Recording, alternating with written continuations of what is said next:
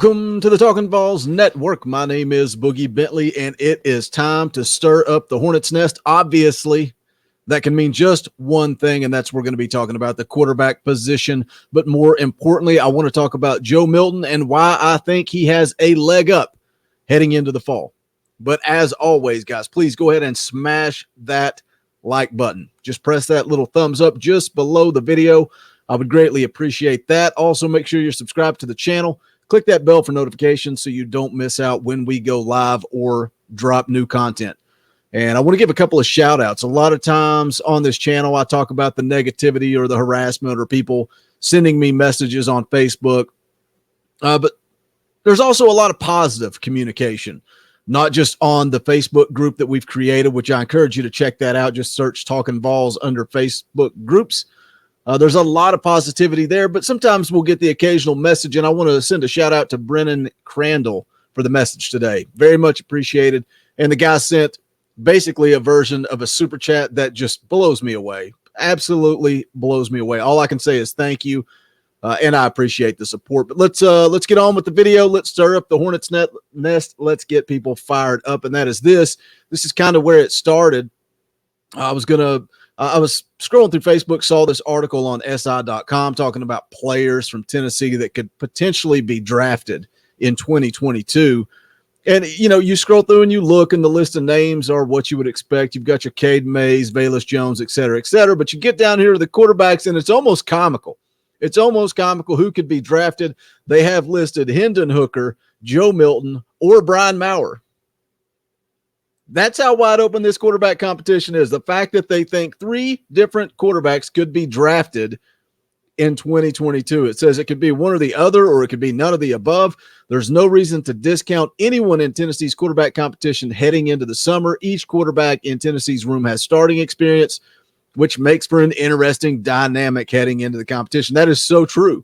It's so true. Like, all five guys bring a different set of skills to the table. And I think that's why this fan base is kind of all over the place. Some people, a lot of people, believe it's Harrison Bailey. Some people think it's Joe Milton. Some people think Caden Salter is not even going to go through spring practice, but he's going to be the guy. They think he is going to be the starter. We don't have to go through the rest of this article. That's just where this thing kind of started. Then I got a message from one of our loyal listeners. Shout out to Ryan Drew. Sent me a couple of videos on YouTube. Urban Meyer breaking down Joe Milton. And I want to kind of go through some of this. I want to watch some film and kind of break it down why I think Joe Milton has a leg up. He's a big pretty now. This guy's a big old freak-looking quarterback. He can run. He can throw. Obviously, looks like he can make great decisions. The ball comes out very easily. Again, that's Urban Meyer talking about Joe Milton, his show Urban Analysis on YouTube. First and foremost, again, the biggest reason I think Joe Milton has a leg up on the quarterback competition is because he's Josh Heupel's guy. I've said that time and time again. I know some of you are going to argue, you're going to disagree, but if Heupel had a guy that he believed in, somebody that he thought was the guy, if he knew what he had, there is absolutely no way, 0% chance, none, no chance that he goes into the transfer portal and takes a fifth scholarship quarterback. 0% chance. I know some of you guys are going to come in the comments and you're going to start rattling off reasons or explanations as to why Josh Heupel would go get a fourth or a fifth scholarship quarterback. There is no reason. None. If you had a guy on campus that you thought could get the job done. But there's also more to it than that. I think that Joe Milton brings something different to the table. I think he opens up the offense. Let's take a look. This is a play from Joe Milton's first start for the University of Michigan. Let's take a look at it and hear Urban Meyer kind of break this down a little bit. He is watching if anyone leaves the box. The minute someone leaves the box, you have now equated numbers in the run game. Right. If they do not leave the box, he's going to simply throw the ball in a swing route. Or he can run the RPO part, which is the double slants downfield. When I say there's three concepts, you got the screen, you have the double slant, right, and you're going to see what's next, the quarterback run. The box is now yours. When you watch that play, I get it. I know a lot of that is scheme and creating matchups. There's no doubt about it, but that's also what Josh Heupel wants to do with his offense. He wants to create one-on-one matchups, get the ball to your playmaker. And when you've got a guy out there like Joe Milton, that's one more playmaker. That's one more problem for that defense. I think Josh Heupel sees that raw talent and potential in Joe Milton. A lot of Michigan fans talked about, his lack of development and that he has tons of talent. Potential is the word you keep hearing. He had so much potential coming out of high school and just didn't get developed at Michigan. The guy is an absolute cannon for an arm. So I think Josh Heupel sees him as a guy that he can bring in his system, a system that claims to be pretty easy to run, make easy decisions, fast decisions for your quarterback. I think he sees a guy like Joe Milton is going to open this up even more, give him so many more options. Let's hear a little bit more, same play, different angle, a little bit more from Urban Meyer. So take a look at the offensive line, also very well blocked here. Watch his right tight end, number 83. He fits right up on that block. Very good. Bounces up. Big number 68 pulling around. But here's what I'm impressed with. Watch number 5 come through this thing. That's a big man now. Watch the acceleration. He almost comes out of that thing. Again, the play's well blocked. It takes 11 guys doing their job right for a play to be successful. But listen to Urban Meyer talk about Milton's ability to hit the hole and then accelerate. He talks about, good block here, good block there. But what I'm really impressed with is Joe Milton's ability to hit the hole and accelerate.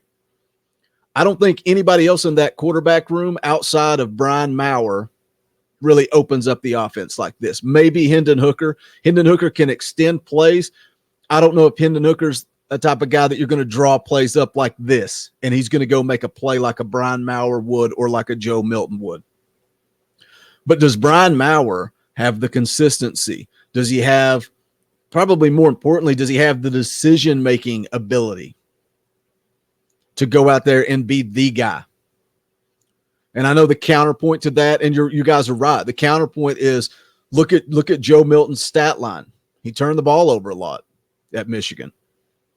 Doesn't have a huge body of work to sample, but for 2020, turned the ball over, 4 touchdowns, 4 interceptions. Is that a problem? I think that's the problem with Brian Maurer.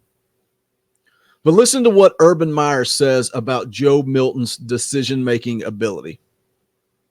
And at some point, personnel comes in, and Joe Milton on this play makes the right mental decision and then takes off. Very impressed with him. Yeah. First start, he makes the wrong decision and throws it out. It's a minus yardage play. Very good decision maker. No doubt.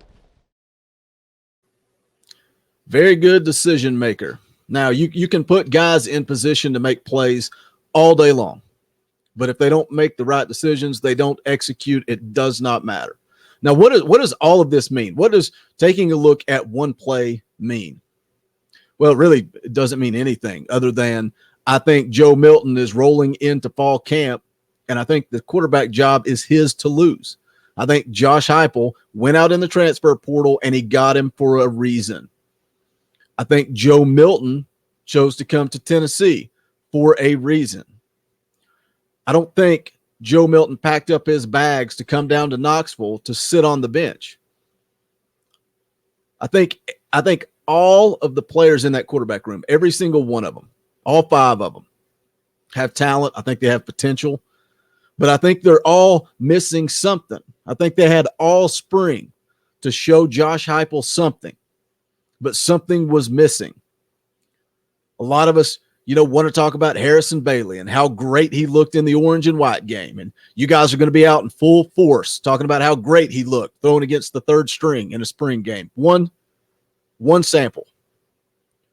But the ongoing story throughout spring practice was that Harrison Bailey was behind. He was number 3. You can argue, you can tell me how they rotated to take reps. I know that. You don't have to tell me what I already know.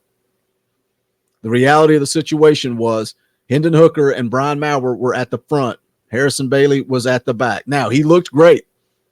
Looked fantastic in that orange and white game. Put the ball on the money.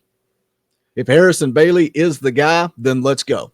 I'll ride or die with Harrison Bailey. I'll support whoever is under center. But for me personally, as of right now, I think Joe Milton is coming to Knoxville to be the starting quarterback. Again, I don't think he's coming down there. I don't think Josh Heupel went to the transfer portal and got a 5th scholarship quarterback to have that guy sit out. He didn't go get that guy to create some competition. The competition's already there.